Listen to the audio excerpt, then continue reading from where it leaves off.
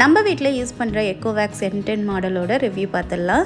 கிட்டத்தட்ட 20 நாளாக நான் இதை யூஸ் பண்ணிகிட்ருக்கேன். வீட்டில் கூட்டுற வேலை, மாப் பண்ணுற வேலை ரெண்டுமே இது தான் பார்த்துட்ருக்கு. இந்த மாடலில் 2 ப்ரஷ் இருக்கிறதுனால 99% வீட்டை சுத்தமாக க்ளீன் பண்ணிடுது. மீதி 1% பார்த்தீங்கன்னா அதால் இந்த கார்னர்ஸ் எல்லாத்தையுமே ரொம்ப டீப்பாக க்ளீன் பண்ண முடியல. அதால் முடிஞ்ச அளவுக்கு க்ளீன் பண்ணிடுது.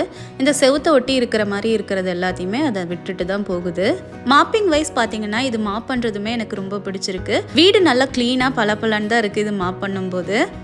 இதில் க்ளீனிங் லிக்விட் எதுவும் ஊற்றக்கூடாது, வெறும் தண்ணியில் தான் மாப் பண்ணுன்றதுனால வீட்டில் சேர்கிற பொடி மண் எல்லாத்தையுமே நல்லா க்ளீனாக மாப் பண்ணிடும். ஆனால் நம்ம சாப்பிட்றது ஏதாவது கீழே பட்டு கரை ஆயிருந்தாலோ இல்லை காஞ்சி போயிருந்தாலோ அதெல்லாம் இதால் க்ளீன் பண்ண முடியாது. அதெல்லாம் நம்ம தான் க்ளீன் பண்ணுற மாதிரி இருக்கும்.